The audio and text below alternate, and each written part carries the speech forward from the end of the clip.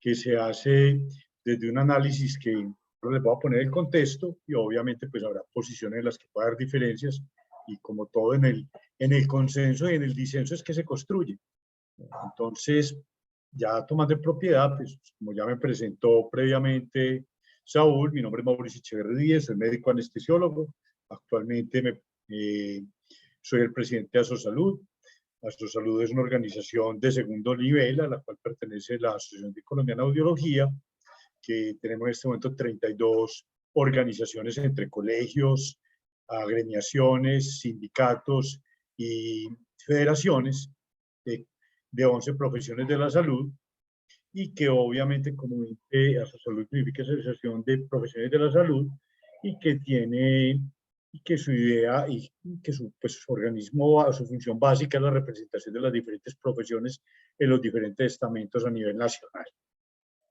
Asosalud además forma parte de una, no digamos que es una figura jurídica, sino una acuerdos fundamentales que son 14 organizaciones de diferentes profesiones, principalmente médicos, que hemos venido trabajando desde antes incluso del inicio de este gobierno del actual presidente Gustavo Petro, en el cual veníamos trabajando sobre la ley estatutaria en salud y se generaron unos acuerdos, también construyendo desde el consenso y no entrando a discutir en el disenso, sobre lo que debería tener un nuevo gobierno. En ese momento el gobierno del presidente Petro era otro más que estaba en campaña, sobre lo que considerábamos que debería intervenirse la salud en este país. De ahí se construyeron 14 acuerdos fundamentales y sobre ellos hemos venido trabajando en los últimos casi ya 2 años y en los cuales hoy pues, compartimos algunos puntos de la reforma en salud, pero nosotros compartimos preocupaciones. Agua Claridad, parte del ejercicio que les voy a presentar hoy, sale de un documento que se construyó en las últimas reuniones de análisis a este proyecto de ley, el cual es liderado por este documento liderado por la Academia de Medicina, en cabeza del doctor Hermano Redondo, y que yo le pedí autorización a él para poder usar parte de la información para presentarles hoy acá a ustedes. Pues como tal, este proyecto de ley busca transformar el sistema de salud y además dicta otras disposiciones. Se presentó el 16 se parte, y en eso sí estamos de acuerdo, de la ley estatutaria, que la ley estatutaria 1751, en el gobierno del presidente Santos, es una ley de tipo estatutaria, pues se aprobó el 16 de febrero del 2015. Y obviamente donde se logró un hecho fundamental en el país y fue declarar la salud como un derecho fundamental, porque antes era por conexividad, o sea, no era un derecho fundamental, sino que por conectividad con otros derechos, pues se establecía como fundamental, pero ya desde la 1751 en febrero de 2015 se decretó ya como un derecho fundamental y eso es lo importante de la ley estatutaria.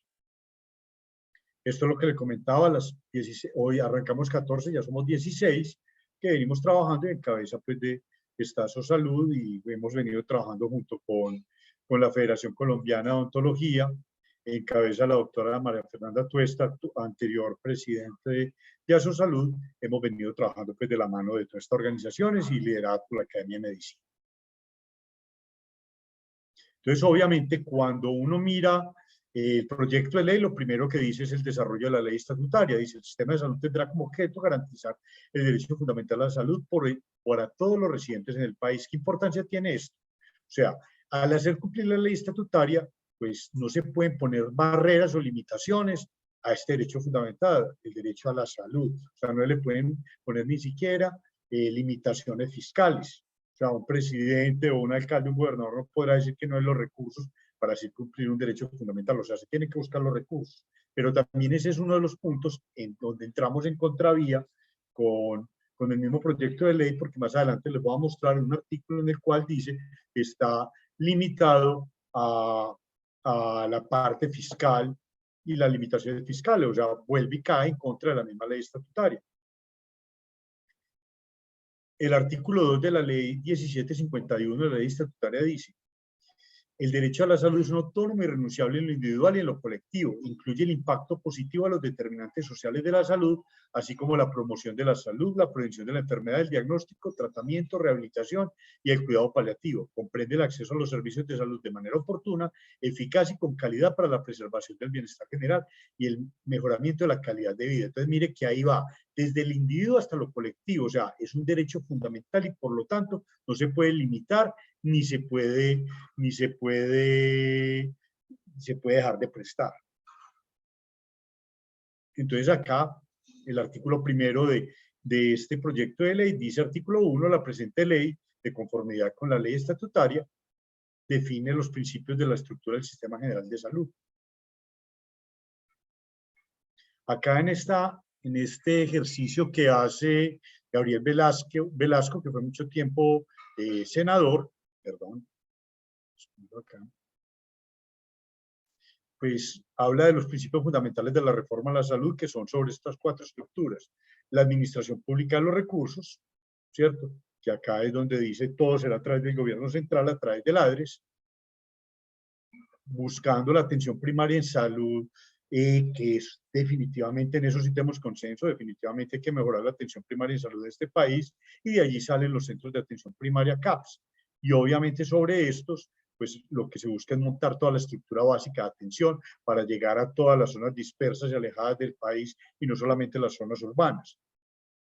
El tercer punto base de toda esta reforma es la contratación laboral del personal de salud, donde hay algunas preocupaciones, no solamente desde el punto de vista de presupuesto, sino desde el punto de vista de unanimismo, o sea, de tener un solo modelo de contratación en el país, tanto en el público como en el privado, donde también preocupa esta reforma.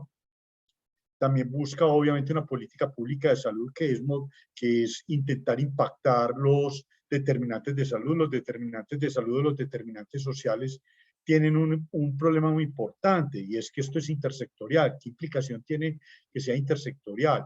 Que por más buena voluntad que haya en la reforma a la salud, depende de otros sectores. Verbigracia.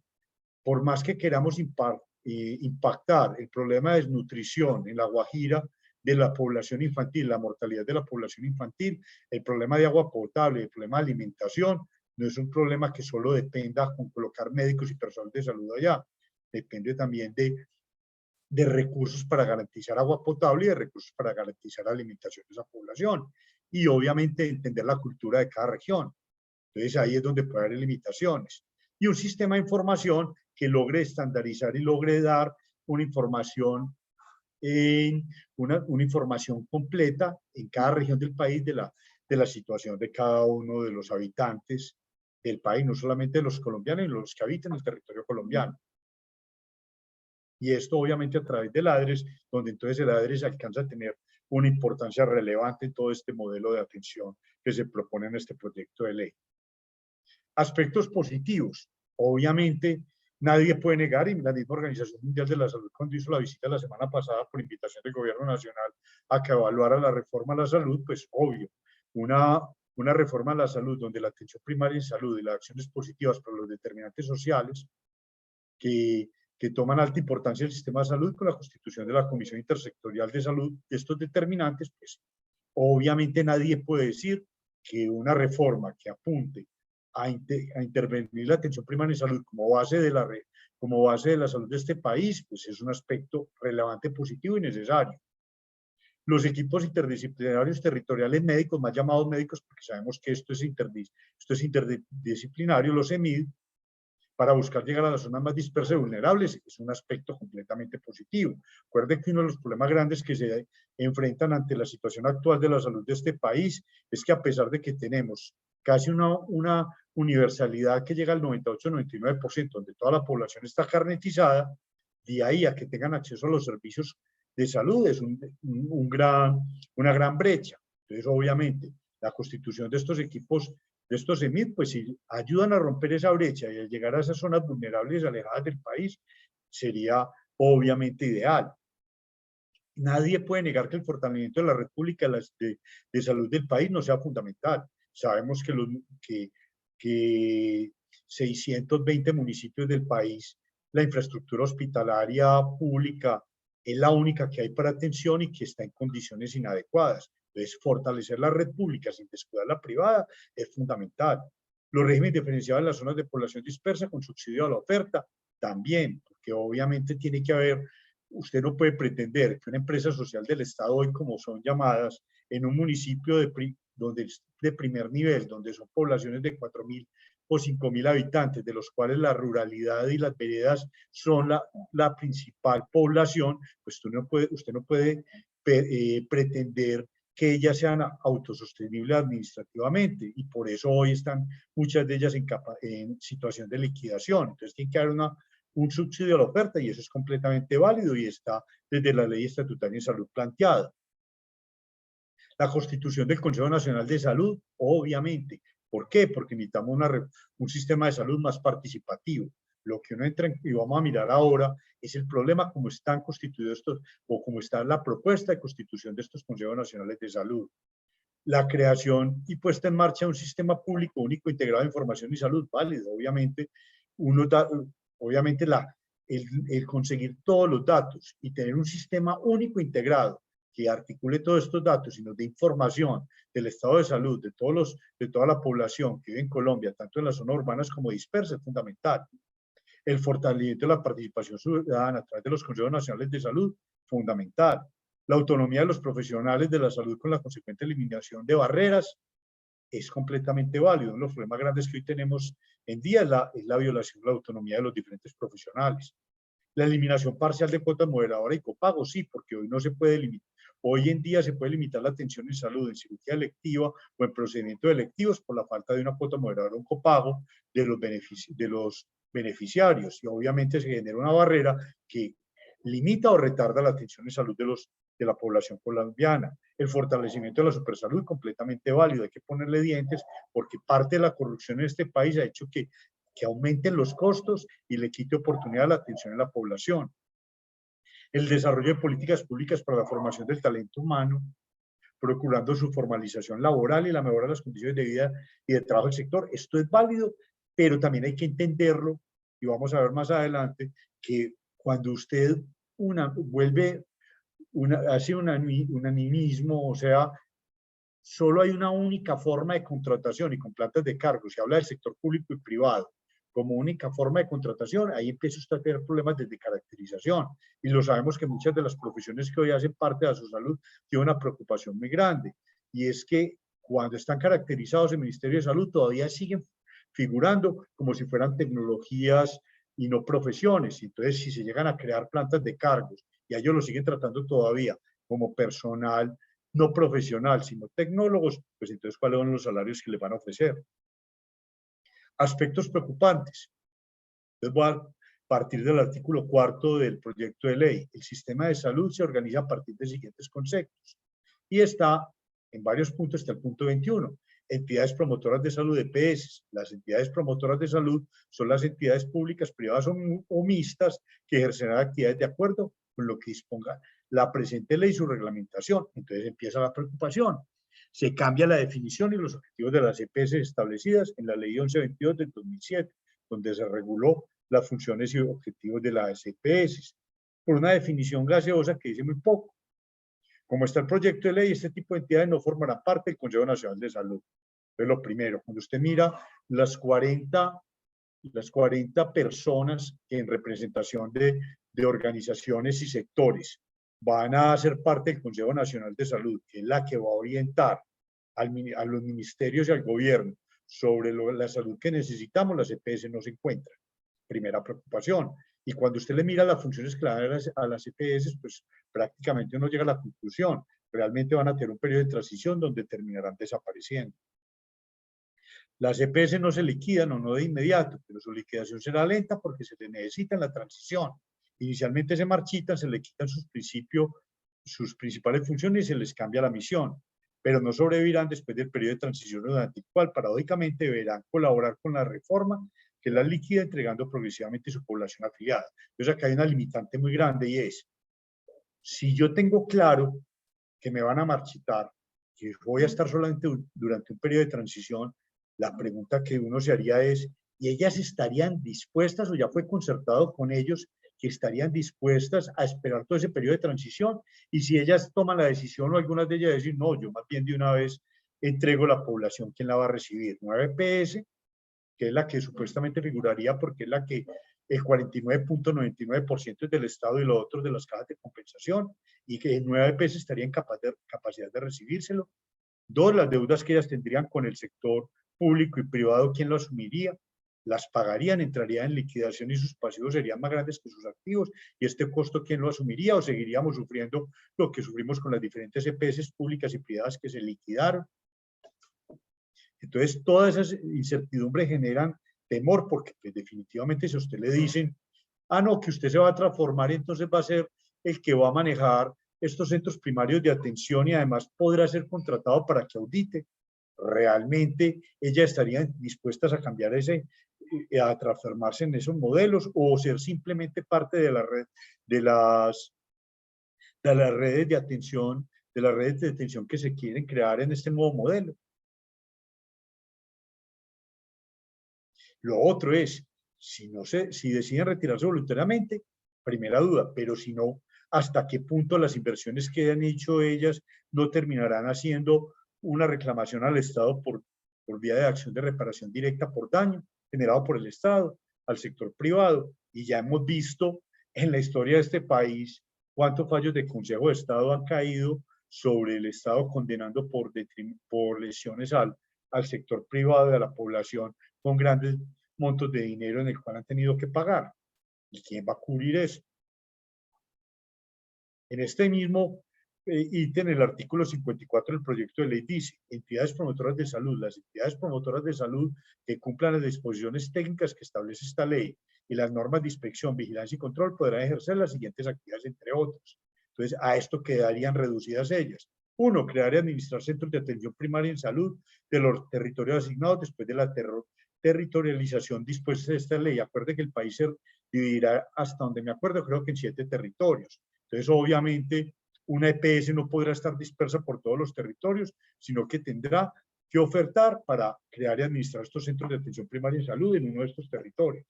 Dos, administrar los sistemas de referencia y contrarreferencia de las personas vinculadas a sus centros de atención primaria, porque acuerde que cada persona se tiene que empadronar, por decirlo de esa manera, a uno de estos centros de atención primaria en salud. Realizar y ejecutar las auditorías contratadas que requiere el sistema de salud, siempre y cuando el sistema de salud las quiera contratar.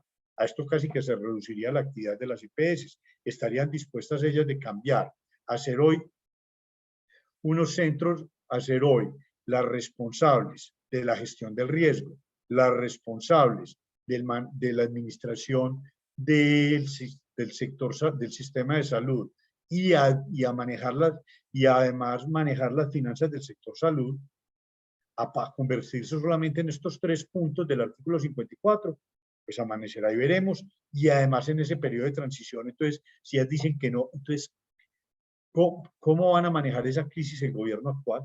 Un gran interrogante que no tiene respuesta.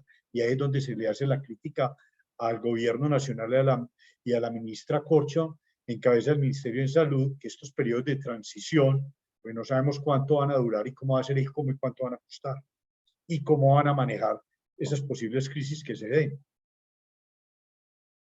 Y ahí está otra.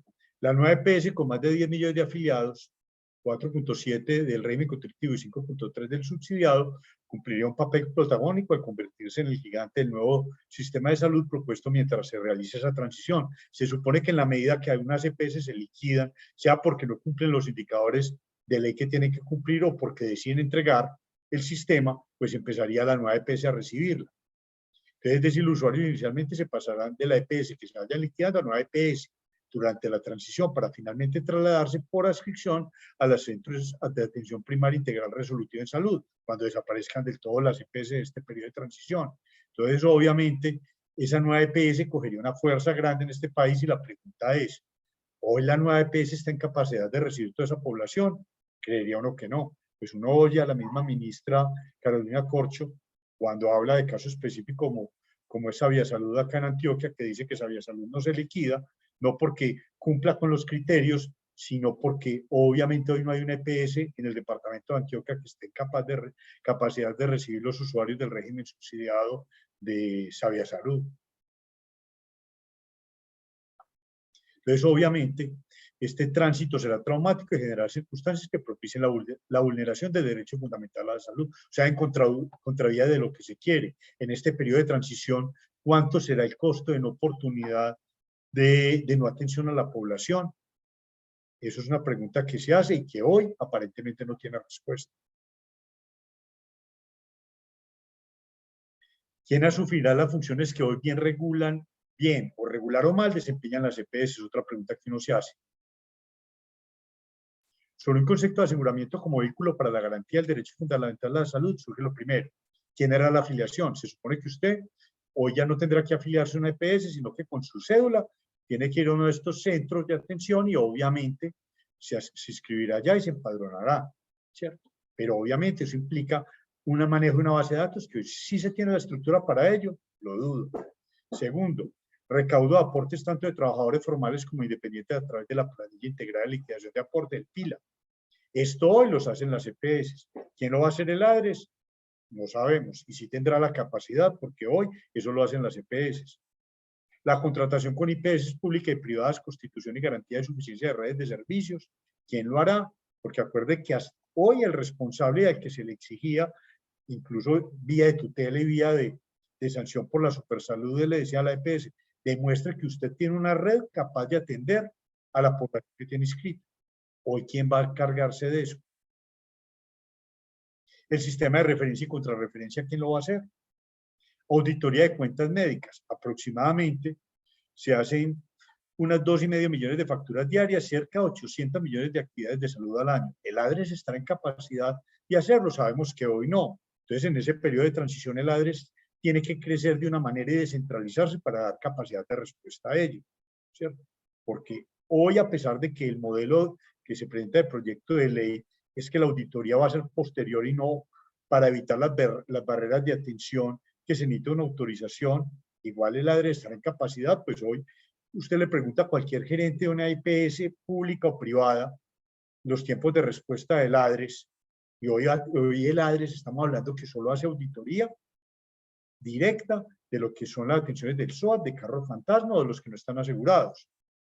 Y se dice que hoy el pagador más lento de todo, de esa parte, es el ADRES. ¿Y qué más glosas tiene? Muy diferente cuando hablamos del ADRES, cuando tiene el BIS, cuando paga lo autorizado por el régimen subsidiado, que ahí está actuando como un pagador, más no como un auditor. ¿Quién asumirá entonces las funciones que hoy hacen estas EPS? Sobre un concepto de aseguramiento como vehículo para garantía. Primero, gestión del riesgo. ¿Quién lo está haciendo? ¿Bien o mal hecho? Así la ministra Corcho diga que realmente eso no lo hace, que hay una confusión entre las EPS y las IPS, pues ¿quién va a hacer la gestión del riesgo administrativo, financiero y de salud? La garantía del derecho fundamental a la salud, acatamiento de acciones de tutela. Entonces, ¿sobre quién van a caer las tutelas? Hoy caen sobre las EPS. Y mal que bien, así las tutelas no se cumplan, así a cada rato tengan que los diferentes gerentes de las EPS tengan 4 o 5 representantes legales para que les den detención domiciliaria. Entonces, ¿sobre quién van a caer las tutelas? Sobre el Ministerio de Salud, sobre el ADRES, la capacidad de respuesta ya del número de tutelas que llegan por año al país. ¿Será capaz el Ministerio del ADRES de responder a ellas? Porque las tutelas no van a desaparecer de la noche a la mañana. Pues ahí la primera pregunta, sálvese quien pueda. Todo pasará a manos del ADRES nacional, de las 7 regionales del ADRES que se crearán en los fondos regionales de salud más los CAPIRS, que no harán afiliación sino adscripción y que a su nivel formarán la base de datos. Ahí sí, pues como dice el Chapulín Colorado, no contaban con mi astucia porque honestamente, a no ser que el periodo de transición y que las EPS lo acepten, pues se necesitará fortalecer todo este ADRES, toda esta desconcentración, porque el ADRES hoy es central para poder responder a ello y todos estos fondos regionales y las CAPIRS que se tienen que crear, y ese periodo de maduración, cuánto tiempo se llevará y cuántos errores volveremos a cometer, porque con mal o bien, porque no entremos en discusión si las EPS lo hacen bien o mal, es un periodo que se ha construido durante 30 años a partir de errores, a partir a partir de hacer cumplir la ley, a partir de tutelas y a partir de ensayo-error, y obviamente la reforma nueva a la salud que implique con todas estas nuevas estructuras implicará también construir de nuevo y empezar también a aprender del error. Y mientras tanto, esa transición, ¿qué costo va a tener de oportunidad a la salud y qué sobrecosto va a implicar para el sistema? Son dudas que le van quedando a uno. La afiliación no es un simple requisito, es el mecanismo por el cual se garantiza a la persona que la institución a la cual se afilia deberá responder por sus unidades de atención en salud. Hoy la afiliación la ponen como una barrera, pero también no necesariamente es una barrera, también es un medio a través de la cual la persona legalmente puede exigir su atención. En caso de negación del servicio, el usuario podrá acudir a la Superintendencia Nacional de Salud. ¿Ante quién se quejan hoy los usuarios cuando la EPS no le cumple? A la superintendencia. ¿A través de quién? A través de los juzgados poniendo tutela. ¿De la tutela a quién se la ponen? A esa EPS. Si el ciudadano se inscribe hoy a un CAPIRS más cercano a su domicilio, ¿ante quién se quejará? ¿Ante el ministerio? ¿Podrá el ministerio, ya lo decía antes, responder a más de 200.000 acciones de tutela al año? O sea, pues, con todo el respeto, el superintendente en salud, el presidente de Ladres o la misma ministra va a tener que conseguir una pijama de rayas porque van a ser muchas las tutelas que le van a llegar. Como dijo Gabriel García Márquez, deje que pase y ya veremos lo que traerá. Todas estas instituciones que asumirán las funciones que hoy desempeñan las IPS serán nuevas. Otra preocupación. Obviamente, todo el mundo tiene derecho a aprender y obviamente toda implementación implica su trauma. Ya lo hemos oído más de una vez. Cada cambio implica un trauma. Sin la experiencia ni la infraestructura necesaria para responder ante distintas responsabilidades, este proyecto de ley acaba la intermediación administrativa, sino que cambia de intermediario, no es que acabe la intermediación. La intermediación administrativa la hacían las EPS, hoy la va a hacer el ADRES, la descentralización del ADRES, los entes territoriales y todas estas organizaciones nuevas que se van a crear. O sea que vamos a cambiar el intermediario administrativo, no vamos a acabar con la intermediación administrativa. Entonces, esto se construyó durante 30 años, mal o bien, se demoró 30 años para irlo transformando. Entonces, como dice acá, tanto Buñuelo nuevo si cumplirá con todas las cosas buñueladas, ¿cuánto costo irá a implicar para este país? Y no es el costo solo económico, sino el costo para la población en salud, el costo de oportunidad, porque es que esto no es solamente de buena voluntad. Y el otro, que a pesar de que la ministra nos dice, no, es que al tener todo en manos de funcionarios públicos, los funcionarios públicos son factibles de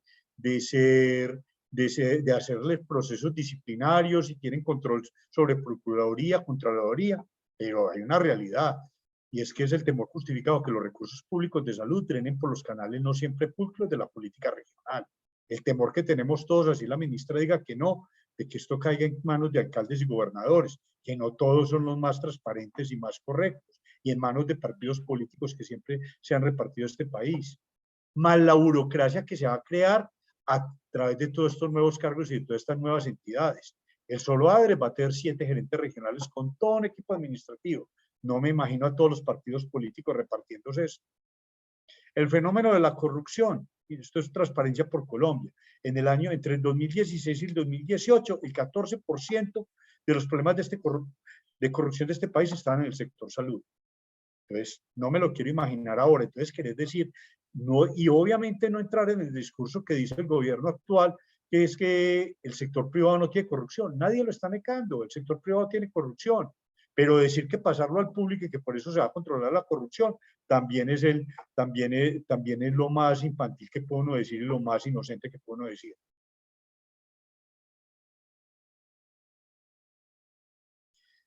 El proyecto de ley fomenta la proliferación de entidades nuevas, incluso generando colisión de competencias entre ellas y creando mayor burocracia innecesaria. Entonces están entidades a nivel nacional, regional, territorial, cada una de ellas con sus consejos nacionales, departamentales y territoriales, que cuando usted los mira en cascada, cada uno, por ejemplo, el Consejo Nacional de Salud tiene 40 representantes y cada uno de estos a nivel regional y territorial tiene que tener las mismas características. Entonces, obviamente, todos estos entes que se conforman nuevos, pues se vuelven un fortín político. ¿Cuánto van a costar? en manos de la ministra Carolina Corcho, dice que no va a costar más que lo que hoy hay, pero también estará, vuelve uno de duda, amanecerá y veremos. Eso dijo el ciego y no vio. Artículo 4 dice, volviéndolo al Consejo Nacional de Salud, el Consejo Nacional de Salud es una instancia de dirección del sistema de salud adscrito al Ministerio de Salud y Protección Social, con autonomía decisoria. O sea, esto no simplemente es un consejo para recibir recomendaciones, tiene capacidad decisoria, tendrá a cargo la concertación de iniciativas en materia de políticas de salud, llevar iniciativas normativas, evaluar el funcionamiento del sistema de salud y generar informes periódicos sobre el desenvolvimiento de esto. En el artículo 10, el Consejo Nacional de Salud es una instancia de dirección del sistema de salud, adscrito al Ministerio de Protección Social, con la autonomía decisoria, tendrá a cargo la concertación de iniciativas. Cuando usted mira la conformación, son 40 representantes. Yo me hago una pregunta, acá todos los que hacemos parte de juntas o somos gerentes de instituciones donde tengo una junta directiva, cuando usted tiene una junta con más de 4, 5, 7 personas, la capacidad de lograr consenso, la capacidad de discutir y la capacidad de llegar a acuerdo y tomar decisiones se vuelve difícil. Usted se imagina, con solo darle la palabra a 40 personas, se llevó todo el tiempo. Así sean 3 o 4 minutos por intervención, ya estamos hablando de 3 horas con solo oírnos. Además que cada uno era remunerado, cuántos serán los costos que esto implicará y qué tanta capacidad de llegar a tomar decisiones adecuadas se terminará teniendo. Difícil.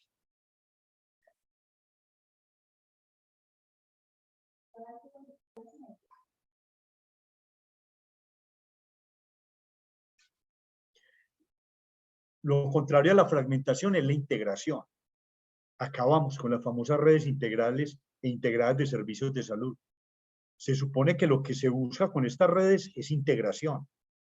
Pero cuando usted entra a evaluar las redes integrales e integradas, encuentra que son 7 tipos de redes.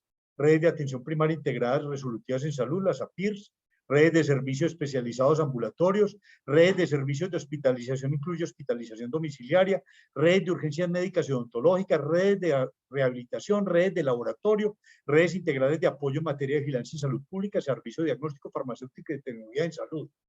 ¿Esto es una integración o es una fragmentación? Entonces ahí va. Esto es un sistema segmentado y fragmentado, que es una de las tantas críticas que le han hecho al actual modelo de atención en salud, que es un sistema completamente no cooperado, completamente segmentado, fragmentado. Pues acá, cuando usted mira estas redes, realmente a uno no le queda claro que se esté integrando un sistema de salud, sino que realmente se está fragmentando. Entonces eso es cada uno de nosotros enfrentado al nuevo sistema de salud. Mire por dónde entra ese laberinto y mire si es capaz de moverse alrededor de él. Lo ideal de las redes integrales es que cubran todos los niveles de atención e integradas bajo una sola administración. ¿Para qué? Para que tengan capacidad resolutiva. Con ese modelo de 7 redes seremos capaces de cubrir todos los niveles de atención y tener una sola administración para poder ser resolutivo. Lo pongo en duda. Si son 7 redes, seguirá la fragmentación y no habrá resolutividad en una misma red porque persistirán las referencias y la autorización entre una red y otra. Con el modelo que se propone de 7 tipos de redes, se desmonta la política integral de atención en salud PAIS y el modelo integral de atención en salud de MIAS y MAI. Por tanto, las rutas de atención integral en salud, RIAS, que con esos 7 tipos de redes no funcionará, se perderá un avance importante logrado tras años de esfuerzo. Uno sabe en el discurso que ya la doctora Carolina Corcho empezó a cambiar cuando dijo que se construirá sobre lo construido, pues realmente ¿es real que se construirá sobre lo construido? Uno empieza a dudar. Está bien que todo cambio es traumático y todo cambio implica dudas y temores, pero realmente sí estamos construyendo sobre lo construido. Es uno de los grandes temores que tenemos. Artículo 83 también de este proyecto de ley. Adscripción de la población para atención primaria. Todas las personas, sus familias y hogares deberán estar adscritos a una CAPIRS en función del lugar de residencia. O sea, cada uno de nosotros hoy, con la sola cédula, no tenemos que decir que estamos pedir ingreso a Sura, a Salud Total, Nueva EPS, sino que estaremos inscritos con la cédula en el CAPIRS. Hasta ahí suena muy bonito. Las personas podrán solicitar temporalmente la atención primaria en un sitio diferente al lugar permanente de residencia. Cuando una persona, familia o grupo cambie de residencia, debe registrarse en el Centro de Atención Primaria Integral Resolutiva en Salud del respectivo municipio, barrio o sector donde tenga su nueva residencia. ¿Esto qué implica? Esto será igual a más tramitología. Ustedes saben que para lo único que sirve la ley de antitramitología de este país es para que usted le pongan trámites. O sea, es otra ley muerta como hay de todas en este país. Vulnera, esto es uno de los avances más grandes que se hizo después en los cambios que se han hecho en la ley 100, y es lograr el respeto por el principio de portabilidad, que se cambió que se logró establecer con la ley 1122 del 2007, el cual garantiza que sin importar donde se afilie la persona, la EPS debe garantizar su atención a donde quiera que se desplace. Entonces usted puede estar afiliado hoy a Sura en Medellín. Si usted está paseando en San Andrés, pues Sura tendrá que buscar cómo garantizar que se cumpla o no es una cosa, pero al menos el principio de portabilidad dice, le tienen que garantizar la atención en salud en esa región donde usted esté paseando o donde usted cambió transitoriamente por razones de educación, por razones de enfermedad de un familiar, por razones de cambio temporal de residencia.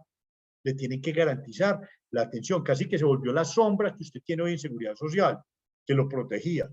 Hoy con esto, del tenerse que inscribir usted en un CAPIRS, pues empieza a tener dificultad de qué tan eficiente será. Y además, por último, en esto mismo se pierde la libertad de escogencia. O sea, usted sí o sí tiene que inscribirse de CAPIRS y lo atenderán en el sitio donde usted se inscribió por territorialidad que puede inscribirse. Otro tema, ya entrando en otro capítulo, el cuarto, el régimen laboral de los trabajadores de la salud. Entonces, esa es la otra gran duda, que no solamente es en el régimen laboral, sino en todo. O sea, ¿de dónde van a sacar la plata para poder, así sea de manera transitoria, ir implementando la reforma de ley? Esta reforma a la salud hasta hoy no ha tenido el visto bueno en el Ministerio de Hacienda. Seguro lo tendrá, pero ¿de dónde sacarán los recursos? La sola formalización de los trabajadores de la salud en el sector público tiene un costo de 9 billones de pesos. Acuérdese que ahora, con los cambios en la reforma tributaria y con todo lo que tuvieron que ceder, se logró 20 billones adicionales para con la reforma tributaria, para cumplir con todas las políticas nacionales del Plan Nacional de Desarrollo del gobierno actual. 20 billones. La sola formalización requeriría 9 billones. Obviamente esta formalización va a ser gradual y se va a dar durante 4 años. Se supone que en el primer año se buscará en el primer nivel de atención, que costará 4.1 billones de profesionales, técnicos y asistenciales. El segundo nivel en 2.4, que valdrá en el segundo año 2.4 billones. Y en el tercer y cuarto año, que es otros 2.5, los de tercer nivel de atención. ¿De dónde van a sacar los recursos? Porque hasta hoy, cuando uno empieza a mirar los recursos que se van a dar para salud, siguen siendo los mismos. Uno, lo que pagamos a través de los del régimen contributivo entre el empleador y el empleado, que son el 12.5% que paga, 8.5% el empleador y 4% el trabajador. Los recursos del SOAT, que ya lo redujeron, como ustedes vieron, y otro que otro impuesto, porque ni siquiera hoy el impuesto a las bebidas azucaradas ha sido claro que van a venir para salud.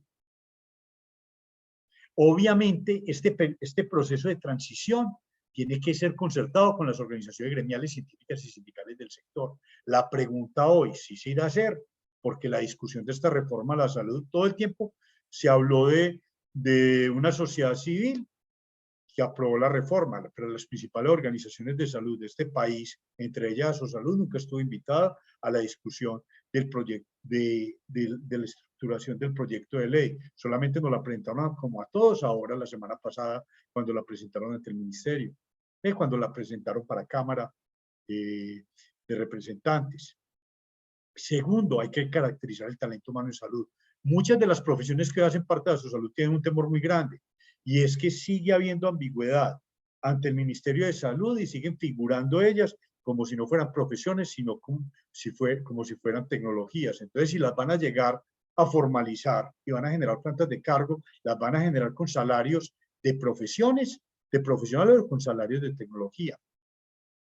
Se van a respetar las convenciones colectivas, los derechos adquiridos y los contratos colectivos sindicales, donde para algunos se han ganado beneficios, otros están en condiciones inadecuadas, pero otros tienen mejores condiciones. Se van a preservar y se mantener estos derechos adquiridos.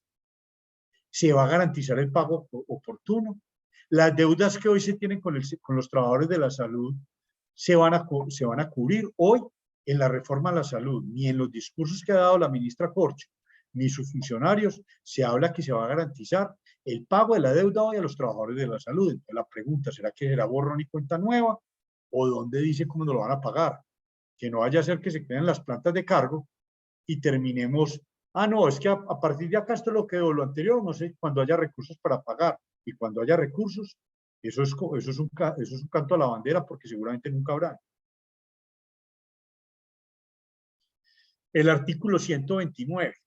El servicio social obligatorio y los médicos residentes. Cuando hablamos de servicio social obligatorio, parece que en Colombia el servicio social obligatorio no solamente es para los médicos, sino para muchas de las profesiones. Enfermería, entiendo también optometría, no me acuerdo cuál, son muchas de ellas y además se tiene planteado generar servicios obligatorios para algunas otras profesiones. Y lo otro es los médicos residentes. En el caso pues, de las residencias médicas, está la ley 1917. Los médicos residentes podrán ser incluidos en los equipos de atención en regiones apartadas según las necesidades de cada región, conforme al concepto de territorios saludables, mediante convenio entre la autoridad regional y la institución hospitalarias, públicas o privadas, donde estén realizando su práctica de formación especializada. Entonces, de a uno ahí le surgen tres interrogantes. Hoy en día, todos estos profesionales que vamos a graduar de las diferentes universidades del país y diferentes facultades, no solamente médicas, sino de las diferentes profesiones, tienen las competencias y habilidades para hacer atención primaria en salud. Cuando usted mire el año de internado de los médicos, el año de internado de los médicos está completamente orientado a estimular la especialización de ellos. O sea, usted tanto las selectivas son de especialización, todas son pediatría, medicina interna, cirugía, o sea, todas orientadas hacia profesionalizarse. Hoy, más los problemas de resoluciones de habilitación, hacen que el profesional de la salud hoy esté castrado mentalmente para hacer atención primaria en salud. Entonces, vamos a trasladar a todos estos profesionales sin experiencia y sin formación en atención primaria en salud a ser parte de estos equipos sin ninguna formación, o les vamos a dar un curso rápido de una semana en atención primaria en salud. Primera inquietud grande. Segundo, vamos a hablar de los especialistas en Colombia, los médicos residentes y los odontólogos que se especializan. Y las otras profesiones que tienen especialidades en Colombia es personal en formación. Entonces los vamos a liberar a que trabajen en sitios dispersos sin ningún acompañamiento. Hoy ese personal debe estar supervisado y entrenado. O sea, no podemos llegar a atentar con la calidad simplemente para que lleguen a zonas dispersas, que además no tienen todavía el título que les permita trabajar como anestesiólogo, como internista, como ortopedista, o como ortopediatra, o como periodoncista, y no que está en formación. Entonces es la calidad de atención que vamos a dar a zonas dispersas y le vamos a mermar la calidad de formación a nuestros profesionales. Segundo, condiciones dignas y pago oportuno. Es que volvemos a lo mismo. Formalizar no es solamente estar con un empleo con contrato individual de trabajo, es condición digna y pago oportuno. Uno de los problemas grandes que tienen los profesionales rurales es que muchas veces terminan el rural y no le han pagado. Y ya lo que decía, que el personal especialista es personal de entrenamiento. Artículo 130. Este se supone que en lo que hoy, en el consenso que llegaron entre el ministerio, el ministro de Interior, la ministra de Salud y los diferentes presidentes de las 7 comisiones de Cámara y Senado, para poder definir si esta ley es estatutaria o ley ordinaria, lo que implica si es estatutaria no poderse llevar a unos espacios extraordinarios, a sesiones extraordinarias, pues llegaron a un consenso de supuestamente quitar de la reforma a la salud, del proyecto de ley, todos aquellos artículos que pudieran ser estatutarios, o sea que van a hacerle ahí una trasquilada a esta reforma y hasta qué punto no quedará eso como un fragmento. Pero hasta hoy, el proyecto que conocemos, el artículo 130 dice, la recertificación de los trabajadores de la salud, el Ministerio de Salud y Protección Social establecerá los lineamientos para la recertificación de los trabajadores de la salud del régimen privado, mixto y público. Esto ya lo habían, y va a ser de carácter obligatorio. Adicional, el equipo que lo va a conformar van a ser representantes de las facultades de la salud y representantes del sector médico. La recertificación debe ser por pares y además ya la Corte previamente había declarado inexequible la recertificación obligatoria. Entonces vamos a volver a caer en lo mismo, una recertificación obligatoria donde ahí se está vulnerando el derecho al trabajo. Interrogantes que queda, aunque se supone que con lo que dijeron hoy, pues supondría que este artículo lo quitaría. Este fue un derecho de petición que nosotros hicimos a Carolina Corcho el 16 de febrero sobre este tema, ¿cierto? Donde preguntamos si va a ser obligatoria, cómo se va a hacer, si no se va a vulnerar el derecho al trabajo, cómo se garantizará que la recertificación se haga por pares, que puedan participar las diferentes profesionales de la salud como pares en la recertificación de sus profesiones.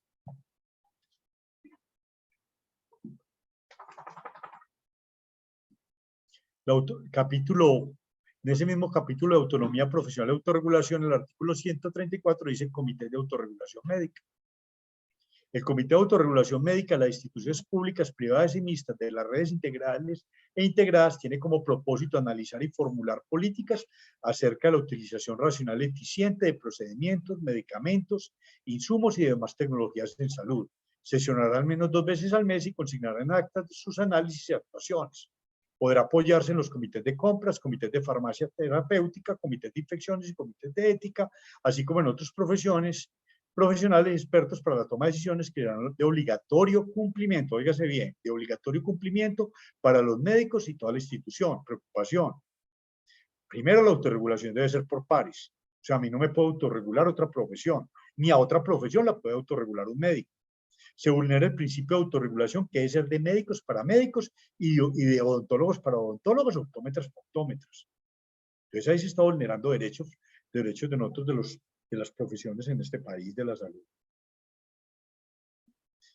Agréguele a esto el régimen disciplinario y sancionatorio, artículo 137, el objeto del régimen disciplinario y sancionatorio. El régimen disciplinario y sancionatorio, van a entrar a leerlo todo, pero acá lo que dice es que obviamente no solamente en el sector público, sino en el privado pueden haber sanciones penales y disciplinarias y además ser denunciado a los tribunales de ética médica. Todo parece lógico y bien intencionado. Uno dirá, listo, no, es que lo que están haciendo valer es que no se generen barreras de atención a la población, que es un principio fundamental de la ley estatutaria en salud. Pero resulta que cuando usted mira la conformación de la junta directiva de los OIS o de cualquier institución pública o privada, pues las juntas directivas tienen el gerente, pues rigen al gerente de esa institución. Hay unos que hacen parte de la institución y otros representan a la sociedad civil. Y obviamente el perfil y las responsabilidades no son las mismas. Cuando usted mira todos estos problemas sancionatorios que alcanzan a ser incluso penales, no diferencian a los perfiles de los miembros de esas juntas directivas. Entonces hoy, dígame, ¿quién quisiera ser parte de una junta directiva de una AS o de una IPS pública o privada, ya como se van a llamar, entidades del sector público, para que termine siendo sancionado? Lo van a poner a usted a responder penal y disciplinariamente por temas administrativos que no son de su competencia. Entonces, es trabajar en un servicio de urgencia o en cualquier servicio donde por razones de accesibilidad se puedan considerar que fueron barreras que se crearon, entonces usted va a estar sometido a un proceso penal y disciplinario. Entonces, adicional, nos van a poner una carga impositiva y nos van a poner nuestras profesiones como profesiones de riesgo por terminar siendo sancionados ética, penal o disciplinariamente. Pues para mí eso es un salto al vacío. El último, que es el capítulo de transición y evolución del sistema de salud, habla sobre las empresas de medicina privada y seguros privados. Las empresas privadas que tienen como objeto social la venta de planes prepagados o voluntarios de salud podrán seguir funcionando y comercializando sus servicios bajo las reglas y normas de funcionamiento, financiación y prestación de servicios que lo rigen. Los suscriptores de los planes y seguros no tendrán prelación alguna cuando utilice el sistema de salud al cual tienen derecho.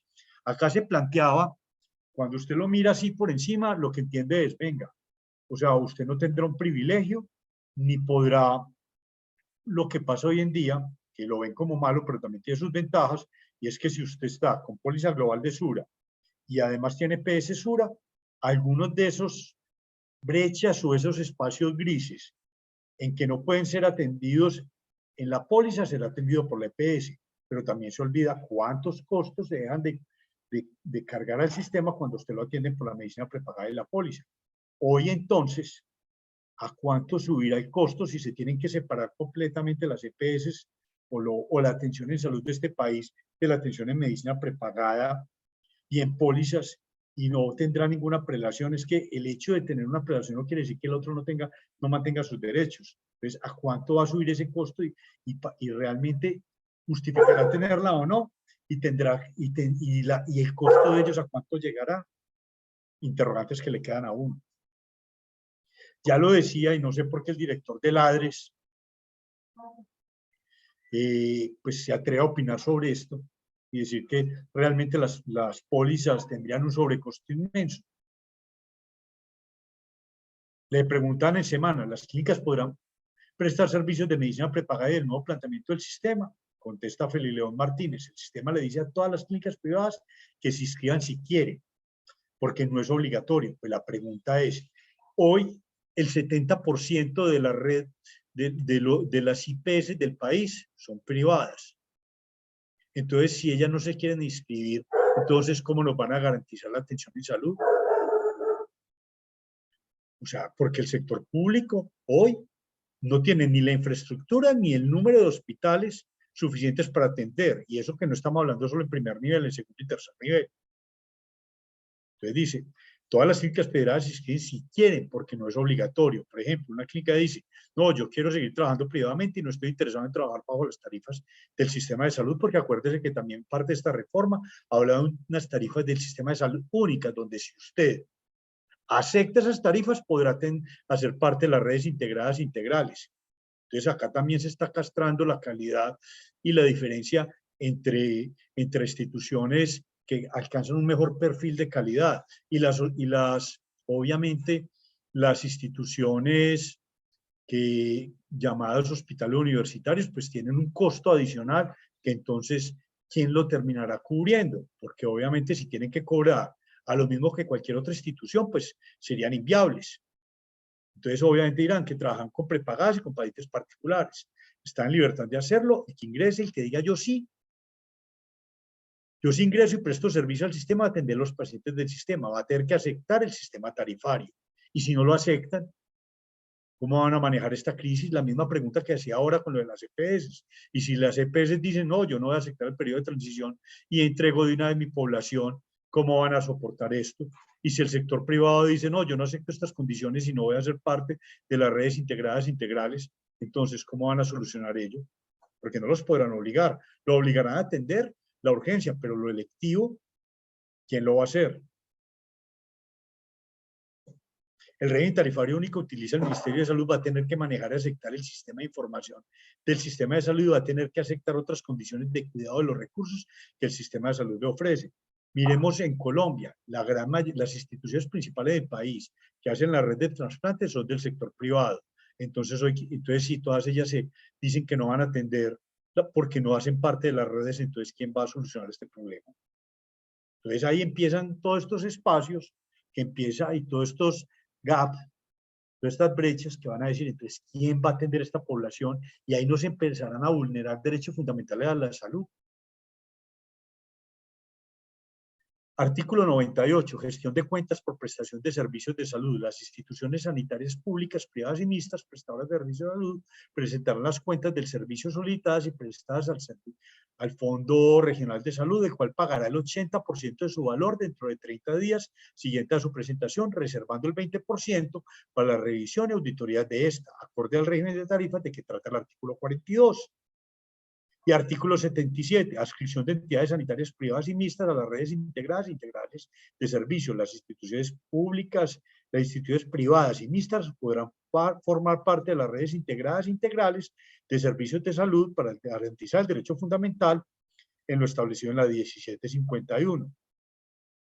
Los servicios habilitados se prestarán de acuerdo con las necesidades y solicitudes del sistema de referencia para el régimen tarifario único, las condiciones para el pago de dichos servicios y la generación de los reportes de información.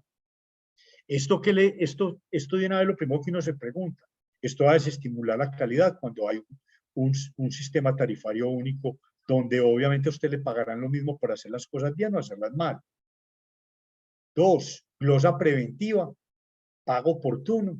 Si hoy el ADRES, con la estructura que tiene, lo de los carros fantasmas, yo lo decía al principio de la actividad, no logra pagar a tiempo, pues hay una realidad. Va a pagar a 30 días y de ahí va a reservar un 20%. ¿Cuánto se demorará para hacer esta auditoría? Entonces, obviamente, con tarifas más estrechas y pagando supuestamente el 80-30 días, que no creo que se cumpla, ese otro 20%, que quién sabe cuándo se pagará mientras se hace esta auditoría, dará el margen para poder manejar el capital de trabajo que necesitan las instituciones para poder sobrevivir y para poder pagar las nóminas. Pregunta también que queda con inquietud y sin respuesta. Y que sí preocupa más, porque entonces usted habla de una reforma a la salud donde por ley estatutaria no se le puede poner limitaciones. Y acá el artículo 150 dice, sujeción a disponibilidades presupuestales y al marco fiscal de mediano plazo. En pocas palabras, si usted lo interpreta de esta manera, obviamente acá está violando un derecho fundamental y es que lo está dependiendo del marco fiscal que tenga el gobierno, o sea, de los recursos que le puedan dar. O sea, se establece un proyecto de ley que quiere dar una cobertura y mejorar la accesibilidad, pero si no hay los recursos fiscales supuestos y necesarios, pues no se podrá cubrir. Entonces se quedará solamente en el discurso único. Artículo 151, facultad extraordinaria. Facúltese al presidente de la República por un término de 6 meses a partir de la vigencia de la presente ley. O sea, gobernar por decreto, legislar libremente con carta abierta del Congreso.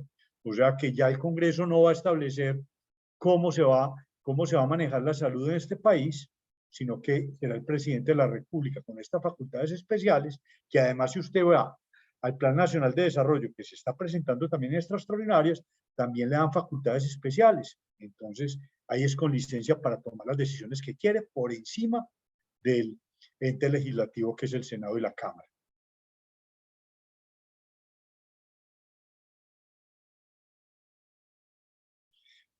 La presidenta de la Comisión Séptima del Senado, o sea, la de Salud y Seguridad Social y Trabajo,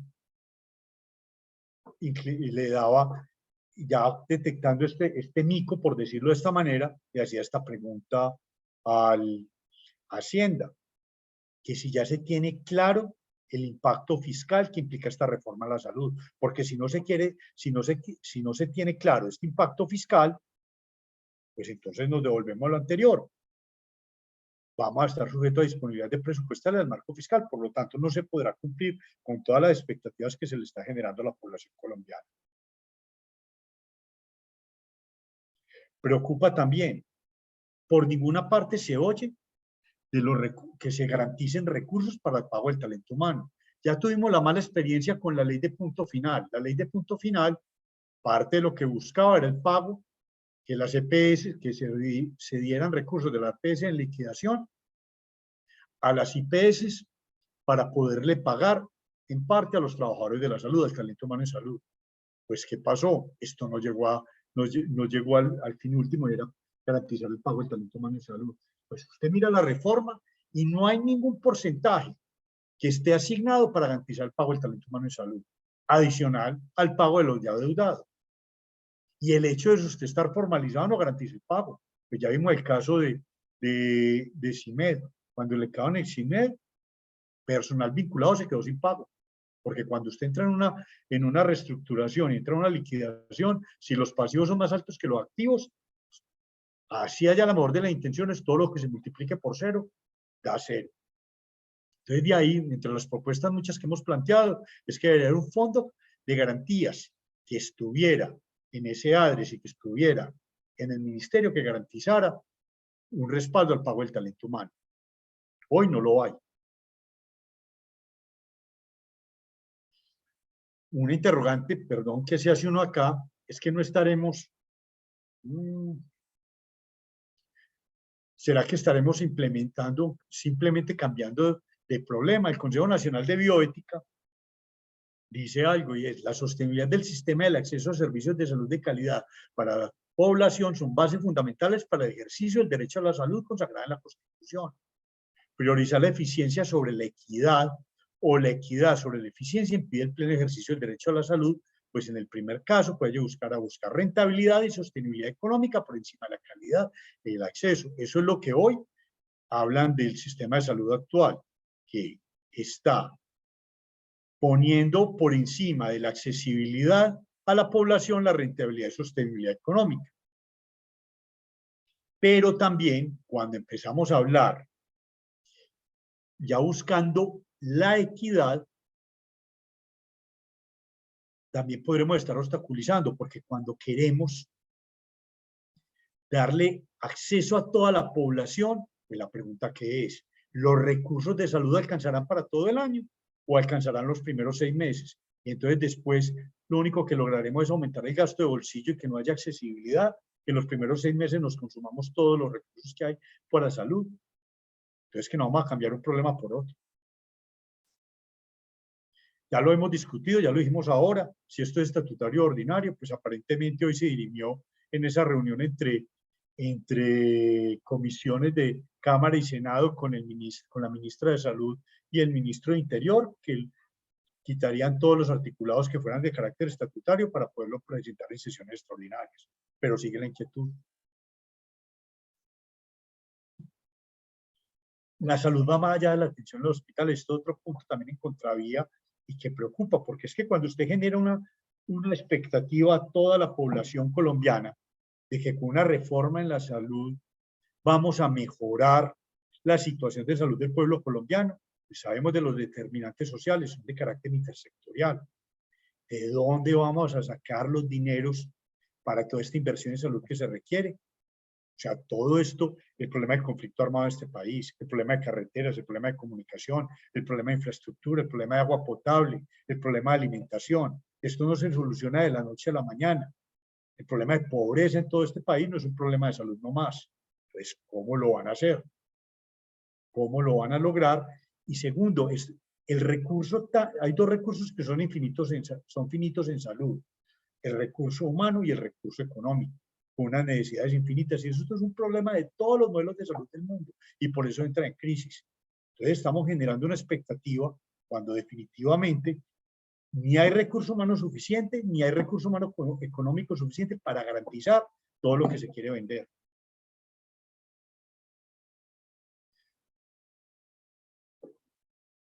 De un segundo, acá cómo debo presentar.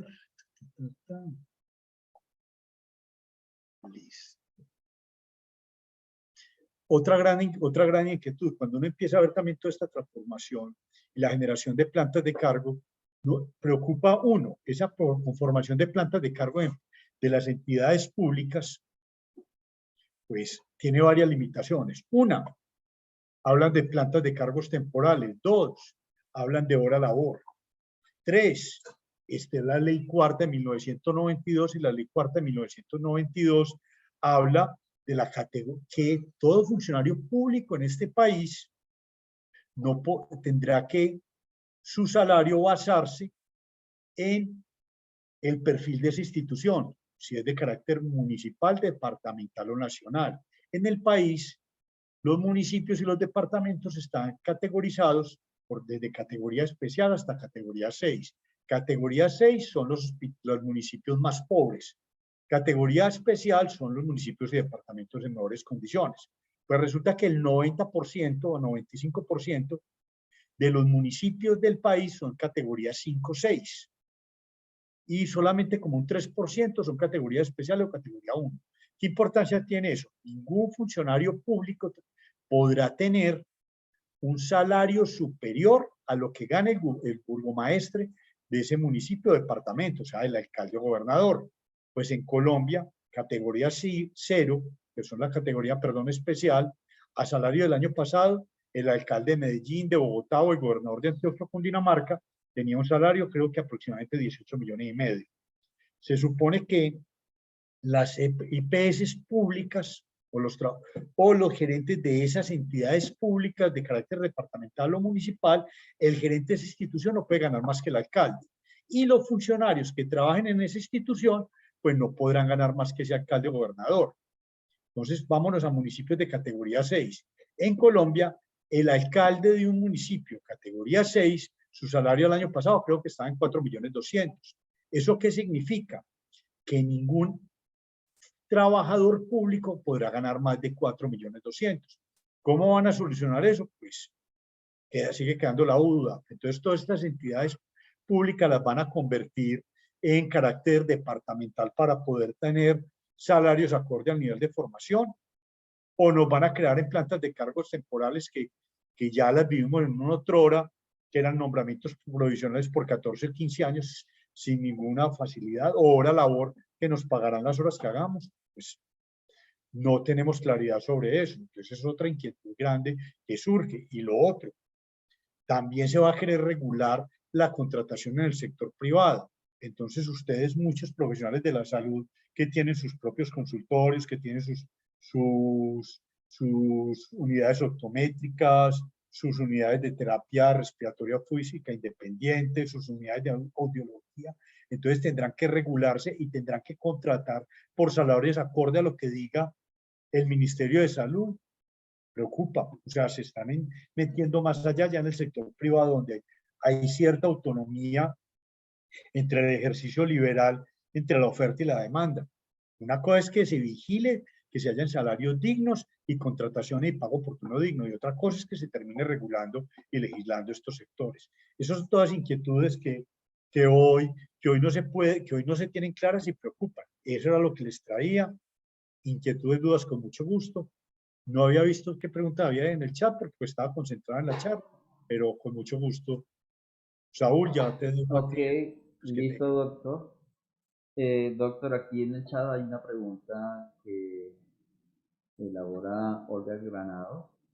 Dice, ¿cómo va a pasar, qué va a pasar con las IPS y con los consultores particulares? Gracias. Dice Olga Granado hace esa pregunta. Pues mire, empecemos por las IPS privadas, ¿cierto? Porque pues las empresas sociales del Estado se van a transformar en entidades, ¿cómo es? IES, creo que, ICES, que son entidades de instituciones del sector público. Eso tiene una ventaja del sector público, porque hoy, al ser ESES, que son empresas sociales del Estado, al quitarle ya el término empresa y ya no tener, y que tenían autonomía administrativa y financiera, pues también tenía una desventaja, que no tenían subsidio a la oferta y tenían que ser autosostenibles. Eso reventó, entre muchas otras razones, porque no fue la única, a las empresas sociales del Estado a que entraran en situaciones de disolución, porque obviamente no cumplían con los indicadores financieros. Y obviamente usted no puede esperar que una institución pública en un municipio de 4 o 5 mil habitantes o menos, pues sea viable económicamente, ¿cierto? Y obviamente tienen que tener un subsidio de oferta, eso no tiene duda. Pero también no fue la única razón para entrar en liquidación. Uno, también plantas de cargo altamente costosas, inviables, corrupción, ineficiencia administrativa y financiera, ¿cierto? Falta de deficiencias en su facturación, deficiencia de su atención. Entonces, todo eso sumado le generó inviabilidad. Pero ahora vámonos por los privados. Redes integradas e integrales de atención. Acuérdese que usted no tendrá como privado la obligación, sino tendrá la posibilidad de poderse inscribir a una red integrada e integral. que será manejado por el sector público. Pero mire que las condiciones que le colocan. Uno tiene que aceptar las condiciones de esas redes integrales integradas. O sea, si usted no se adecua a ese manual tarifario único que van a poner, que obviamente dependerá si usted está en capacidad de que esas tarifas le den, pues entonces obviamente tendrá que vivir del sector privado, ¿cierto? Del paciente particular, de la medicina privada y de la medicina y de pólizas, porque de resto no podrá ser parte de esa red si usted no acepta esas condiciones. Entonces, hoy la pregunta del millón que uno de ustedes se hace, ¿qué será más inviable?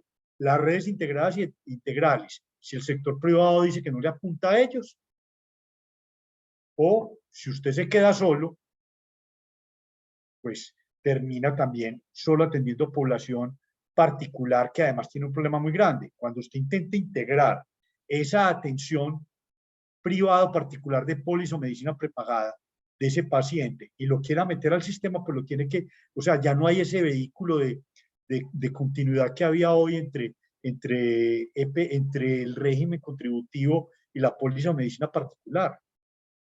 Entonces tendrían a desaparecer. No sabe uno, eso es un vacío. Y como uno de los problemas de esta reforma es que no ha sido concertada ni discutida, pues ellos nos dicen que es que eso nos da un periodo de transición, pero no sabemos ni cuánto va a costar este periodo de transición, ni cómo va a ser, ni cuánto tiempo se va a demorar. Entonces esa es una preocupación para el privado. Okay, aquí hay otra pregunta. Mire, y ahí aclarando, en estos días me sentaba con el Colegio de Bacteriología, ellos tenían una preocupación muy grande, porque cuando usted ve las redes integrales que están divididas en 7 redes, 7 subredes, hablan de la parte de ayuda diagnóstica de laboratorio, prácticamente se concentran en macro redes que atenderían todo eso. Ellas me decían algo muy cierto, en las zonas alejadas y en el área urbana, en las cabeceras, en los barrios más altos o las comunas, pues son los laboratorios pequeños los que prestan la atención. Entonces, obviamente, no lo presentan las grandes o los megalaboratorios, no son los que prestan la atención. Entonces, van a tender a ellas a desaparecer y eso va a generar desempleo. ¿Cómo se va a garantizar que todas estas muestras de laboratorio mantengan la cadena de frío si obviamente van a haber sitios que toman muestras para ser llegadas a estos megalaboratorios y van a ser tomados por quién? Por bacteriólogos auxiliares entrenados.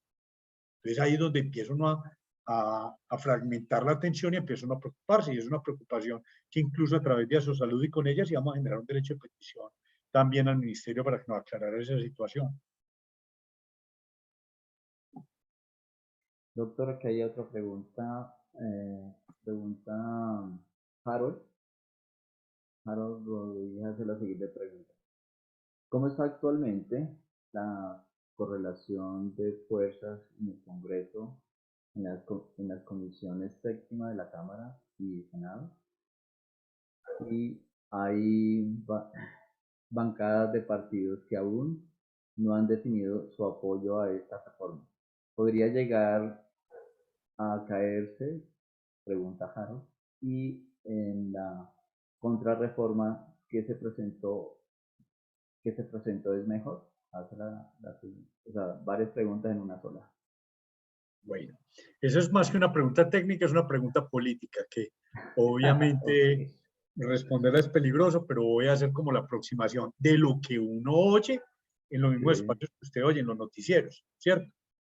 Obviamente, ellos tenían varias inquietudes. Vamos a las primeras preguntas que uno se hace. ¿Por qué ellos la quieren pasar como extraordinaria, en sesiones extraordinarias y no ordinarias? Lo primero, porque en extraordinarias solo pasa en un solo periodo. Acuérdense que el Senado y Cámara tienen 2 periodos, que son el primer semestre y el segundo semestre, solo pasa en un periodo, primera situación. Segunda, solo pasa por un debate en comisión séptima de Cámara y otro en comisión plena de Cámara, otro en comisión séptima de Senado y otro en comisión plena del Senado, o sea, solo 4 debates. Si se pasa a ordinarias, tiene que pasar 2 periodos, en el primer semestre y con 8 debates. Y tiene que ser un segundo periodo que es el segundo semestre del año. Por lo tanto, políticamente sabemos, y eso es un ejercicio político que se ha visto con todos los gobiernos en este país, que en la medida que el gobierno se va desgastando, pues las coaliciones se van dividiendo. Y sabemos que viene un periodo electoral muy importante ahora, que es la elección de gobernantes, de gobernadores y alcaldes, que son para octubre de este año. Entonces, obviamente, la prontitud que quiere el gobierno actual de que esto pase en sesiones extraordinarias y no extraordinarias, y por eso quiere trasquilar la reforma que presentó para poderlo presentar como extraordinario, es buscando que antes de que se le empiece a diluir lo que tienen de coaliciones, porque empiezan en campaña, porque ya los senadores y representantes de la Cámara van a estar más preocupados de mantener, obviamente, su participación en la alcaldía y gobernaciones, pues para mantener su posición en el país, pues entonces se van a empezar a debilitar. ¿Hoy qué se dice? Pues a ojos cerrados, pues lo votarán los que son el pacto histórico, que son pues lo que era la antigua FARC, lo que son todos estos grupos de gobierno, ¿cierto? Que a ojos cerrados lo votarán sin mayor discusión. Y ya los partidos de gobierno de la coalición, pues que está el Partido Liberal, que ya ustedes han visto la posición de su principal representante, que es el expresidente Gaviria, que ya tiene muchas dudas. El Partido Conservador, que ha estado ya discutiendo y teniendo conflicto en su interior, pues ya vimos que cambió de jefe de partido, ya no es el senador Trujillo, ¿cierto? Eso es parte como de la división que hay interna. Está la U con su presidente de la U, pues, que es la doctora Dilian Francisco, que este fin de semana, pues, ustedes vieron, hablo lo que dicen los periódicos y el país, después de esa zona, que tuvieron la presentación por parte de la ministra y en el cual no llegaron a nada concluyente. Entonces uno diría que el ambiente no está fácil, pero obviamente es mucho más fácil en sesiones extraordinarias que ordinarias. Dos, ¿por qué lo entraron? ¿Por qué la otra pelea de decir que es una ordinaria y no estatutaria? Porque la tendrían que entrar por comisión primaria, comisión primera y no comisión séptima. Y obviamente por ese lado tendrían menos respaldo que lo que tendrían por comisión. ¿Por qué lo entraban por comisión séptima de Cámara y no de Senado? Porque tienen un número de bancada que les asegura una mayor posibilidad de pasar. Entonces, todo ese es el juego de poderes que se viene dando.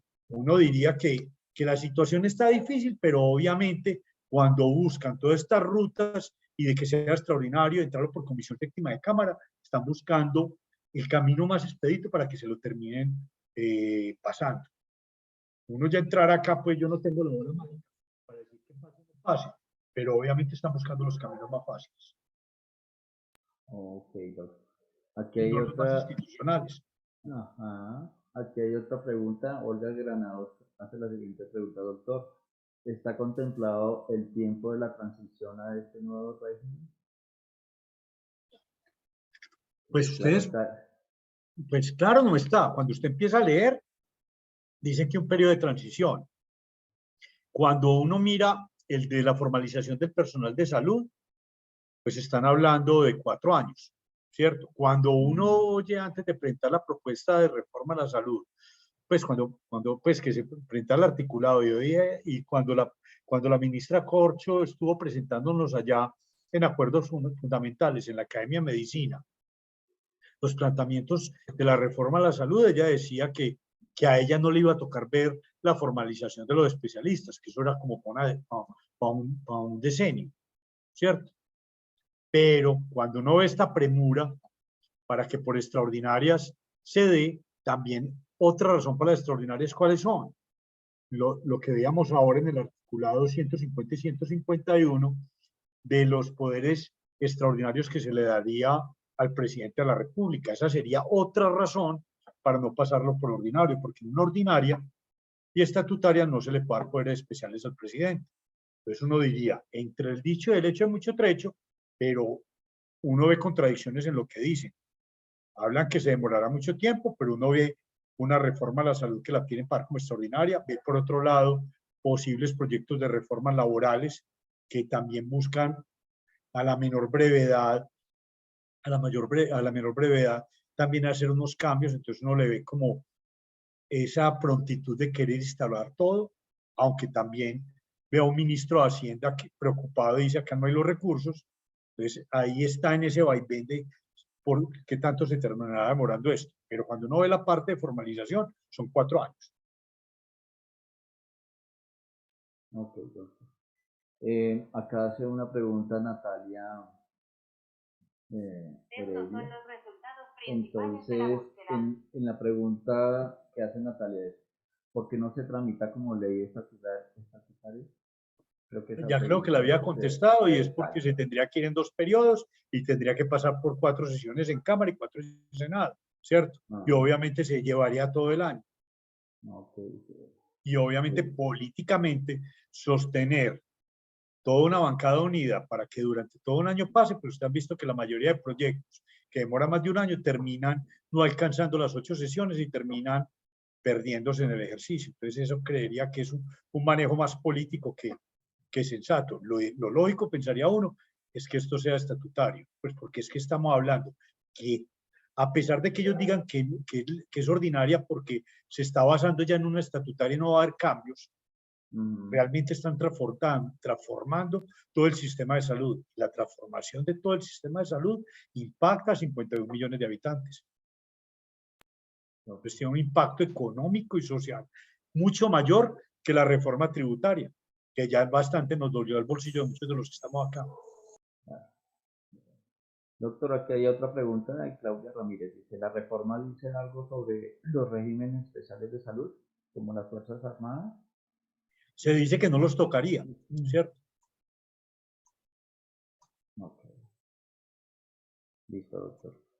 Olga Granados hace otra pregunta. Dice, doctor, ¿usted cree que un gobierno que lleve 6 meses pudo estructurar una reforma después de manejar un sistema de la salud mal que bien lleva 30 años? Como usted acaba de decir, el presidente tendrá funciones especiales y el partido de gobierno tiene mayoría en el Senado y en la Cámara. Como quien dice, eso está prácticamente aprobado. Ella Ella genera misma como... se respondió. Ok, Olga, ahí tiene casi que entre sus palabras la respuesta. Ok, aquí Natalia Heredia hace otra pregunta. Dice, ¿puede ser inconstitucional por no tramitarse como estatutaria? Ese es un riesgo que tiene. La ministra, pues mire que hay una carta dirigida por 25 senadores en cabeza, se me olvidó el nombre, de la calle, pues que no es cualquiera, de la calle Lombana, es de las personas pues del Senado de más experiencia y conocimiento, además que había respaldado a este gobierno, donde pone en duda la constitucionalidad y, y si es exequible o no esta reforma, ¿cierto? Pone en duda y de ahí es que planteó la inquietud de que debería ser estatutaria y por lo tanto por lo tanto en sesiones ordinarias y no por sesiones extraordinarias y, y ordinaria. Pero el gobierno sigue ranchado, la ministra Corcho y el presidente Petro, en que esto no es estatutario y que por lo tanto se puede presentar en sesiones ordinarias. Tanto es, y lo mismo piensa el ministro Interior. Y por eso, acuérdense que en un principio, cuando sacaron todas las reformas que se iban a presentar en la sesión extraordinaria, no está la de salud. Y después, a los días de presentarse el articulado, el ministro de Interior sacó el decreto en lo cual señalaba que se iba a presentar en sesiones extraordinarias. Pues amanecerá y veremos y será el Consejo de Estado el último que definirá quién tiene la razón. Ok, doctor. Bueno, aquí creo que hay otra pregunta más. Eh, Aquí aparece otra pregunta. Dice, la procuradora ha dicho que si las leyes van a retroceder, lo bueno que se ha ganado sería inconstitucional. Es más que todo la misma, entre palabras que acabo de decir el doctor. Eso es, usted han visto, hay posiciones que obviamente se han filtrado de que que como son representantes del gobierno anterior de Centro Democrático, pues tienen una posición supuestamente parcializada, como es la de la procuradora, de la Defensoría del Pueblo, del fiscal, pues en el caso de otros temas, pero realmente el llamado a la atención que hace la procuradora es válida. Es mire hasta qué punto esa transición no ocasionará una vulneración de más derechos de la salud que lo que hoy se está vulnerando. Y como no se sabe el impacto y el costo y no se tiene claro la certeza de esos recursos, entonces ese es el otro problema. Okay. Doctor, yo tengo una inquietud con relación a todo lo que se ha girado en torno a un punto de la tarifa, de las tarifas únicas nacionales, ¿no? O el manual tarifario que casi está, si uno lo visualiza en algunas labores en profesionales de la salud no médicas, hay cosas que están inconclusas en términos de tarifas. ¿Esto cuánto tiempo se tardará en unificar unas tarifas para las áreas en salud no médicas? Tengo esa inquietud. Pues es que la tenemos hasta en las médicas, porque es que es lo mismo, este articulado de conoce, pero no, Claro. o sea, le falta la respuesta más importante, ¿cómo? ¿Cierto? Hoy todavía no sabemos cómo y cuánto va a impactar. Esto, de alguna otra forma, hay espacios en donde se prestan los servicios cuando se trabaja independiente ante una entidad. Y siempre el punto de referencia que se utiliza es el manual tarifario, cosa que es inconcluso. O sea, porque hay algunos procedimientos que no están contemplados ni en tarifa SOAC, y Bien, ISO. ya, sí, exacto, las tarifas sí ya las tienen casi que totalmente poco aplicables.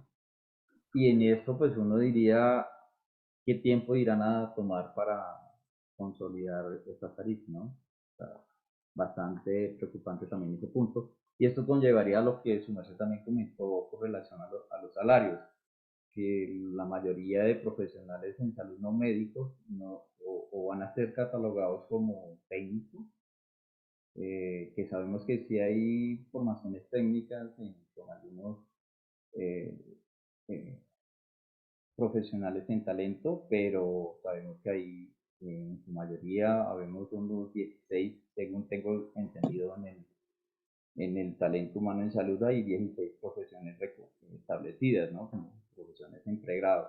Pero uno dice, ¿dónde está siempre cuando nombran el reconocimiento de salario? Es la rotulación médica, con todo el respeto que se merece, y la rotulación en enfermería. ¿Y qué pasa con todos los demás profesionales? O sea, siempre, uno tiene una panorámica que en el mundo de la salud es siempre que se rotula es medicina y enfermería. Los demás profesionales parecemos que no existimos.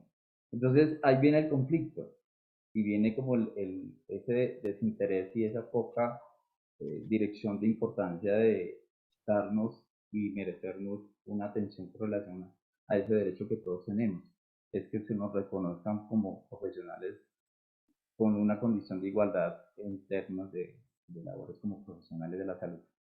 Entonces, esa inquietud también entraría ahí y casi que queda como que si eso pasa, tomará tiempo, y si eso no pasa, nos seguirían tomando el pelo a la mayoría de profesiones de salud no médicas. No sé si aquí de pronto algún otro colega tiene alguna pregunta. Pues, Pues mira, con respecto a lo que estás planteando ahí, sí. hay una cosa. Cuando usted mira el Consejo Nacional de Salud, porque Sí. nosotros desde Asosalud hemos criticado mucho que el sistema de salud colombiano, y cuando se habla de los problemas de salud, está completamente medicalizado, ¿cierto? Sí. Y desde Asosalud hemos buscado la representación de todos, ¿cierto? Y cuando usted mira el Consejo Nacional de Salud ahora, en los 40 personas que lo conformarían, abajo dice un representante de las otras profesiones de la salud, ¿cierto? Y nosotros, como Asosalud, la ley hoy vigente, que es la 1164 del 2007, nosotros teníamos un asiento permanente en el Consejo Nacional de Talento Humano y Salud y figuraba Asosalud como tal. Hoy dependerá según como está hoy, el articulado, podrán decirle a cualquiera de las organizaciones de profesiones de la salud qué problema tiene eso, con todo el respeto acá a todos los presentes. Es muy diferente que fuera a su salud, porque a su salud, guste o no le guste al que esté acá sentado presidiéndola, pues yo tengo 11 profesiones que me van a decir, venga Mauricio, no hable solo de los médicos, no hable solo de los odontólogos, o no hable solamente de los terapeutas respiratorios, de los físicos, o del instrumentador. Usted tiene que sentarse allá y hablar por todo. Y tendrá que llevar las inquietudes de cada uno de nosotros. Y tendrá que buscar consenso cuando haya diferencias y disenso entre cómo es, entre las funciones y perfiles y competencias de las diferentes profesiones. Pero con todo respeto, si el ministerio dice que en el consejo va a estar los audiólogos o va a estar los odontólogos, pues cuando él se siente allá, va a ser muy difícil que él vaya y hable en función de todas las profesiones, sino que a él lo nombraron porque dijeron que fuera la Federación Colombiana de Odontología y y él va a estar pensando en los odontólogos. Y obviamente, pues a su discreción, recibirá las recomendaciones de los demás. Entonces, de ahí, nosotros le generamos un derecho de petición, perdón, a la ministra que llegará mañana, pues, que entrará mañana, y es, si hasta hoy teníamos acento permanente, ¿por qué mantener el acento permanente de la Academia de Medicina, la Federación Colombiana de Medicina? Pusieron las de las enfermeras y a nosotros nos dejaron a los demás en un solo representante de todas las demás profesiones. Eso es una inquietud grande. Y cuando hablábamos del manual, pues es que hay una realidad, y yo lo digo mucho a mis compañeros cuando hablamos de negociación. A ver, el gobierno nacional, por encima de las necesidades de nuestros gremios, tiene una necesidad que es el sector salud, ¿cierto? Y los 51 millones de colombianos. Y las necesidades de los 51 millones de colombianos siempre van a estar por encima de los derechos de nosotros y de las necesidades de nosotros, los audiólogos, los anestesiólogos, los optómetras, los fonoaudiólogos, los psicólogos, los odontólogos. Entonces nunca va a haber una ley que sobreponga nuestras necesidades sobre las necesidades del pueblo colombiano. O sea, de ahí aterrice uno. Entonces uno nunca va, nada, pues no sea uno tan soñador y tan inocente, porque los santos nos sudan, ¿cierto? De que van a sacar un manual tarifario que va a mejorar nuestras condiciones, ¿cierto? Obviamente van a buscar un manual tarifario y unas tarifas que no rompan el equilibrio financiero del sistema, ¿cierto? Entonces, obviamente, no creo que las condiciones mejoren. Digamos, seamos al menos seamos optimistas, que no empeorarán, en el mejor del optimismo. Pero que nos pongan unas tarifas que mejoren estas condiciones, honestamente no creo, porque eso que va a implicar un mayor costo en la atención. Sí, totalmente. Totalmente, doctor, totalmente de acuerdo. Me hace acordar cuando se estaba haciendo las mesas de trabajo en una ley del tamizaje neonatal y los integrantes en esa mesa de trabajo, que eran funcionarios del ministerio, buscaban siempre lo de menor presupuesto. Entonces, mejor ejemplo no puede llegar a ser. Vamos a hacer otra pregunta, doctor. Aquí hay una pregunta de Harold. Dice, en las regiones, las secretarías de salud departamental son demasiado proclives a la corrupción y el clientelismo. La reforma politiza la salud, dice Harold. Bueno, así como esa pregunta, más que pregunta es como una reflexión, ¿no? Pues, a ver, en la presentación que yo les hice, cuando usted tiene que crear unas estructuras todas de carácter público, ¿cierto? Van a estar, no quiere decir que sea igual a eso, pero sí van a estar muy permeadas alcaldes y gobernadores para que obviamente usen esos recursos para generar burocracia y obviamente desviación de recursos. Eso es un riesgo que siempre va a estar inherente, sea que esté público o privado, pero que obviamente hoy lo hemos visto, pues que eso ha sido el pan de todos los días. Y además, hoy con los acuerdos que se están buscando, pues uno está diciendo, desde antemano se está negociando políticamente la reforma a la salud. Si realmente lo que se estuviera buscando es que fuera concertada, discutida, pues se pasaría por una ley estatutaria y se discutiría en 8 sesiones y no a pupitrazo limpio en 4 sesiones. Ya. Ok. Bueno, creo que no hay más preguntas. No sé, ¿alguien más tiene alguna inquietud? Bueno, Olga, que hace una reflexión, dice, doctor, ¿esta reforma de qué modelo fue tomada o fue que la ministra se le ocurrió porque, según lo que usted explica, se ven muchas falencias? Eso hace la reflexión ahí, Olga Granado. Pues a ver, la reforma a la salud viene planteado un ejercicio que hace mucho tiempo, lo que llaman ellos la sociedad civil y el grupo del sur, algo así, no me acuerdo pues el término exacto, ellos vienen trabajando desde hace tiempo, ¿cierto? Incluso desde la ley estatutaria en salud y la vienen trabajando hace mucho tiempo. Y obviamente vienen revisando modelos de otras partes del mundo. Pero definitivamente cuando usted empieza a dar modelos de atención de salud en el mundo, todos tienen el mismo problema: accesibilidad, problemas fiscales desde lo económico, problemas de déficit de recurso humano, problemas de generación de barreras. Así se quiera montar un modelo de salud donde no se establezcan barreras.